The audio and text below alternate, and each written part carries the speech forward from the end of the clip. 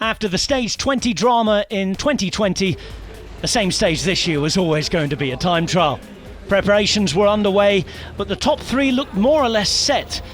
Possible changes in the top 10, and of course a stage win still to play out this time. Starting in Libourne and finishing in Saint-Émilion, 30.8 kilometres against the clock.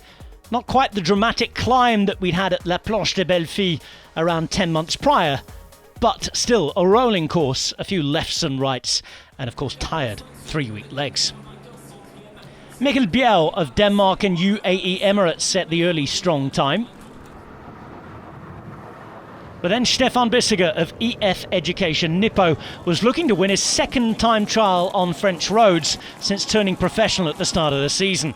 Winner of a stage at Paris-Nice against the clock, the young Swiss was in fine form to say he was getting to the end of his first 3-week race.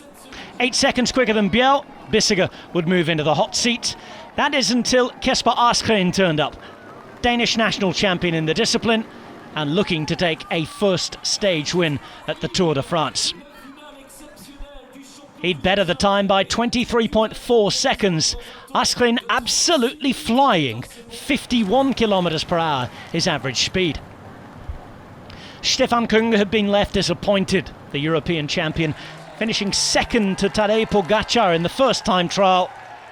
And he looks set to maybe move up into the hot seat in this one. He was quicker than Asgreen at the second intermediate check, but ran out of gas over the final third, ending up disappointed again. Wout van Aert would be the next big challenger, already a winner of a mountain stage at this Tour de France, a bunch sprint in the past, plenty of Belgian fans to cheer him on. And things look good from the off. He set the fastest time check at the first intermediate, fastest two at the second, and he carried that through to the finish. 21.2 seconds quicker than Asgreen, 51.5 kilometers per hour, the average speed for the Belgian. Only the general classification riders could disappoint him. Kelderman would hold on to his position in the top 5. Ben O'Connor, not reached by Kelderman either, the Australian finishing 4th and winning a stage at the Tour de France. Richard Carapaz against Jonas Vingegaard would be the other battle. 6 seconds between the two. Vingegaard on paper the strongest time trialist. Carapaz unable to reach the second spot, but set to finish 3rd in the Tour de France, the first man from Ecuador to do that. Jonas Vingegaard will be the first rider from Denmark on the podium of the Tour in 25 years. A brilliant time trial put him 3rd on the stage. He would finish 2nd overall in his debut Tour de France. 5 minutes 45 he had to make up at the start of the day if he was to win the Tour. Tadej Pogačar was never going to lose that, but there was always the worry of a crash or an incident. Pogačar rode relatively conservatively, looking like he wasn't taking any risks, but still putting in a very solid ride.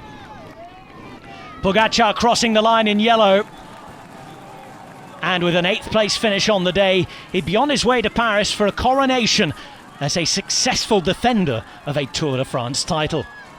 Jumbo-Visma came here looking for the overall with Roglic. He crashed and was out, but Wout van Aert would win a stage for the second time. A very good tour in the end for the Dutch team as their Belgian star took stage 20. 21 seconds his margin of victory over Kasper Asgreen, Vingegaard finishing in 3rd at 32, and Tadej Pogačar winning the Tour de France for a second time out of 2. 3 stage wins along the way. Tadej Pogačar defending his title and doing so in style. He will win the Tour de France barring incident or accident by 5 minutes and 20 seconds. Richard Carapaz at 7.03 in 3rd, with O'Connor 4th, Kelderman 5th.